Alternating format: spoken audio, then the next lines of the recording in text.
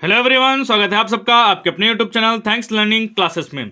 अगर आप भी क्लास 10th में हैं और 2025 बोर्ड पेपर की तैयारी कर रहे हैं और 24 फरवरी 2025 को आपको पेपर देना है तो ये वीडियो आपके लिए बहुत ही इंपॉर्टेंट होने वाला है, क्योंकि इसमें आज हम आपको बताने वाले हैं टॉप 30 MCQ क्वेश्चन।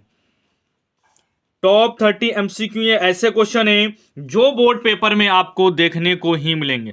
अब ज्यादा समय बचा नहीं है, अब बिल्कुल पूरे क्वेश्चन ईमानदारी से जरूर तैयार करें। यहां पर देख रहे हैं आप कक्षा 10 हिंदी है, यूपी बोर्ड 2025 के लिए है। महत्वपूर्ण बहुविकल्पीय प्रश्न यहां पर देखने वाले हैं।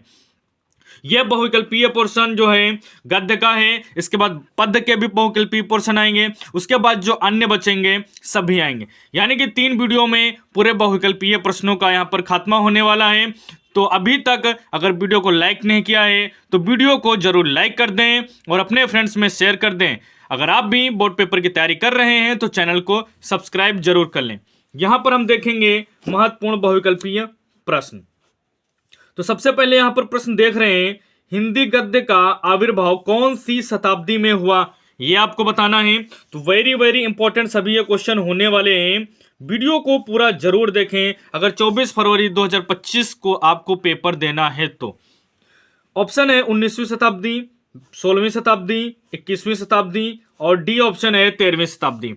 हिंदी गद्य का आविर्भाव यहां पर पूछा गया कौन सी शताब्दी में हुआ था, तो ये हुआ है ए ऑप्शन हो जाएगा 19वीं शताब्दी। ठीक है, क्या हो जाएगा 19वीं शताब्दी। अगला क्वेश्चन यहां पर देखते हैं, श्रृंगार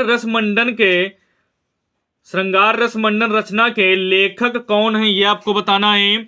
ए ऑप्शन है यहां पर गोकुलनाथ जी, बी ऑप्शन है नाभादास, सी ऑप्शन है बैकुंठ मणि शुक्ल, डी ऑप्शन है गोस्वामी विठलनाथ। तो इसका डी ऑप्शन हो जाएगा, क्या हो जाएगा, गोस्वामी विठलनाथ। श्रृंगार रस मंडन किसकी रचना है, गोस्वामी विठलनाथ की है। अगला यहां पर क्वेश्चन है, आचार्य रामचंद्र शुक्ल किस युग के लेखक हैं। वेरी इंपॉर्टेंट क्वेश्चन है, जरूर से तैयार करें। ये सभी क्वेश्चन बहुविकल्पीय हैं, एक एक नंबर के लिए आपको तैयार करना है। ए ऑप्शन है शुक्ल युग, बी ऑप्शन है द्विवेदी युग, सी ऑप्शन है शुक्लोत्तर युग, डी ऑप्शन है भारतेंदु युग। तो यहां पर ए ऑप्शन सही हो जाएगा, शुक्ल युग। क्या हो जाएगा, शुक्ल युग बिल्कुल राइट आंसर हो जाएगा। अगला क्वेश्चन देखते हैं, शुक्ल युग की समयावधि है। ए ऑप्शन है वर्ष 1900 से 1918 तक, बी ऑप्शन है 1919 से 1938 तक, सी ऑप्शन है वर्ष 1936 से 1943 तक, डी ऑप्शन है 1850 से 1900 तक। तो शुक्ल युग की जो समयावधि है वो मानी जाती है वर्ष 1919 से 1938 तक। ठीक है, तो यहां पर बी ऑप्शन क्या हो जाएगा, बिल्कुल सही हो जाएगा। अगला यहां पर क्वेश्चन देखते हैं, शुक्ल युग का नामकरण किस विद्वान के नाम पर किया गया है। वंशीधर शुक्ल, आचार्य रामचंद्र शुक्ल, बैकुंठनाथ शुक्ल या फिर रामचरण शुक्ल। यहां पर बताना है शुक्ल युग का नामकरण किस विद्वान के नाम पर किया गया है, तो आचार्य रामचंद्र शुक्ल जी के नाम पर किया गया है। बी ऑप्शन यहां पर बिल्कुल सही हो जाएगा। अगला क्वेश्चन देखते हैं, अगला क्वेश्चन है, शुक्ल युग का अन्य नाम कौन सा है। शुक्ल युग का अन्य नाम कौन सा है, प्रसाद युग, प्रेमचंद युग, छायावाद युग, ये सभी। तो शुक्ल युग का जो नाम है प्रसाद युग भी है, प्रेमचंद युग भी है, छायावाद युग भी है, इसीलिए क्या हो जाएगा, डी ऑप्शन हो जाएगा ये सभी। अगला क्वेश्चन है, शुक्ल युग के लेखक नहीं है। यहां पर बताना है कि शुक्ल युग के लेखक नहीं है, क्वेश्चन को ध्यान से पढ़ना है। जयशंकर प्रसाद, प्रेमचंद, रामचंद्र शुक्ल या भारतेंदु हरिश्चंद्र। तो इसका डी ऑप्शन हो जाएगा भारतेंदु हरिश्चंद्र। ठीक है, ये क्या है, शुक्ल युग के लेखक नहीं है, ये भारतेंदु युग के लेखक हैं। ठीक है, उसके बाद है आचार्य रामचंद्र शुक्ल एक है, क्या है, कवि हैं, उपन्यासकार हैं, आलोचक हैं या फिर नाटककार हैं। तो ये एक प्रसिद्ध आलोचक हैं। सी ऑप्शन यहां पर क्या हो जाएगा, सही हो जाएगा। वेरी इंपॉर्टेंट क्वेश्चन है, जरूर से इस क्वेश्चन को तैयार कर लें। अगला क्वेश्चन यहां पर देखेंगे, शुक्ल युग के प्रसिद्ध उपन्यासकार हैं। ऊपर आलोचक पूछा गया था, अब यहां पर क्या पूछा गया है, उपन्यासकार। रंगे राघोजी, धर्मवीर भारती, भगवती चरण वर्मा, मन्नू भंडारी। तो क्या आंसर हो जाएगा? भगवती चरण वर्मा, सी ऑप्शन यहाँ पर राइट हो जाएगा। ठीक है, अगला क्वेश्चन है, रामवृक्ष बेनीपुरी किस निबंध के लेखक हैं? रामवृक्ष बेनीपुरी किस निबंध के लेखक हैं, यह बताना है। वट पीपल, ठलुहा क्लब, पूस की रात या फिर गेहूं और गुलाब। तो रामवृक्ष बेनीपुरी ये जो है गेहूं और गुलाब के लेखक हैं। ठीक है, ये इनका क्या है? निबंध है। अगला क्वेश्चन देखते हैं, पृथ्वी से सप्तऋषि मंडल के लेखक हैं? Doctor Nagendra, doctor Hazari Prasad Dwivedi, doctor Sampurnanand, पूर्ण सिंह। पृथ्वी से सप्तऋषि मंडल के लेखक हैं कौन? डॉक्टर संपूर्णानंद, सी ऑप्शन यहां पर सही हो जाएगा। अगला क्वेश्चन देख लेते हैं, साहित्य और कला रचना है, किसकी रचना है? पद्मलाल पुन्नालाल बख्शी की, सुमित्रानंदन पंत की, भगवत शरण उपाध्याय की, जयप्रकाश भारती की। तो इसका सी ऑप्शन होगा जाएगा भगवत शरण उपाध्याय की ये रचना है, साहित्य और कला। अगला यहां पर क्वेश्चन देख लेते हैं, क्वेश्चन नंबर 13 है, हिंदी साहित्य के श्रेष्ठ निबंधकार, आलोचक एवं इतिहासकार के रूप में जाने जाते हैं कौन? ये आपको बताना है। बालकृष्ण भट्ट, पद्मलाल पुन्नालाल बख्शी, रामचंद्र शुक्ल, डी इनमें से कोई नहीं। तो सी ऑप्शन हो जाएगा रामचंद्र शुक्ल। ठीक है, क्या है ये? प्रसिद्ध निबंधकार, आलोचक और इतिहासकार भी हैं। तो सी ऑप्शन यहां पर राइट हो जाएगा।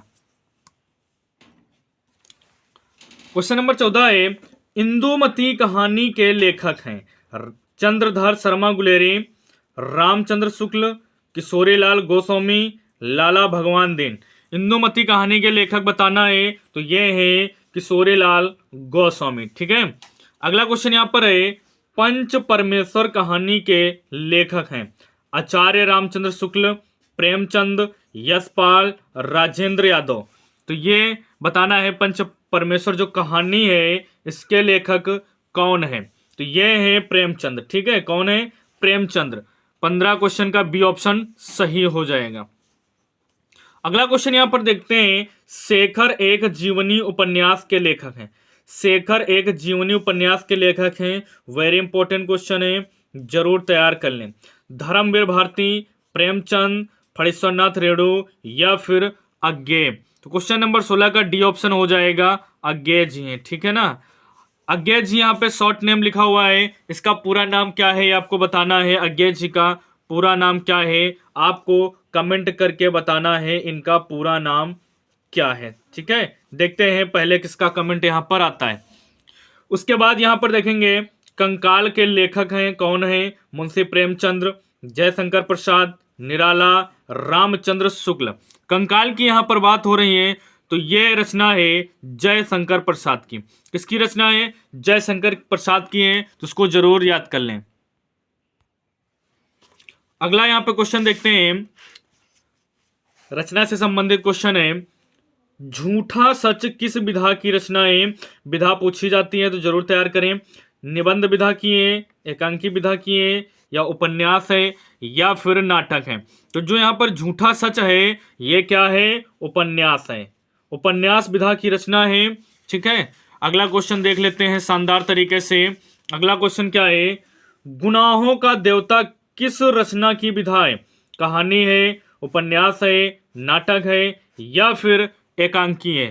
तो ये क्या है? उपन्यास है। क्वेश्चन नंबर 19 का बी ऑप्शन सही हो जाएगा। अब देखेंगे यहां पर क्वेश्चन नंबर 20 है, अजात शत्रु किस विधा की रचना है? कहानी है, एकांकी है, या कहानी है, या फिर उपन्यास है, या फिर नाटक है। तो ये क्या है? नाटक है, अजात शत्रु। ठीक है, अजात शत्रु किस विधा की रचना है? ये नाटक विधा की रचना है। अगला क्वेश्चन यहां पर देखेंगे, लहरों के राजहंस के लेखक हैं? धर्मवीर भारती, मोहन राकेश, कमलेश्वर, राजेंद्र यादव।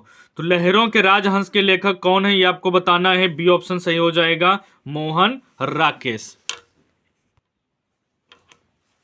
क्वेश्चन नंबर 22 है यहां पर, सिंदूर की होली के नाटककार हैं? जयशंकर प्रसाद, राम कुमार वर्मा, लक्ष्मी नारायण मिश्र, हरिकृष्ण प्रेमी। तो सी ऑप्शन राइट हो जाएगा, लक्ष्मी नारायण मिश्र। ठीक है, अगला क्वेश्चन है यहाँ पर, महादेवी वर्मा द्वारा रचित रेखा चित्र है, क्या है? रेखा चित्र। जिंदगी, मुस्कुराई, अतीत के चलचित्र, गांव की सांझ, बाजे पायलिया के घुंघरू। तो यहाँ पर बी ऑप्शन सही हो जाएगा, अतीत के चलचित्र। ठीक है, वेरी इंपॉर्टेंट है, जरूर इसको तैयार कर लें।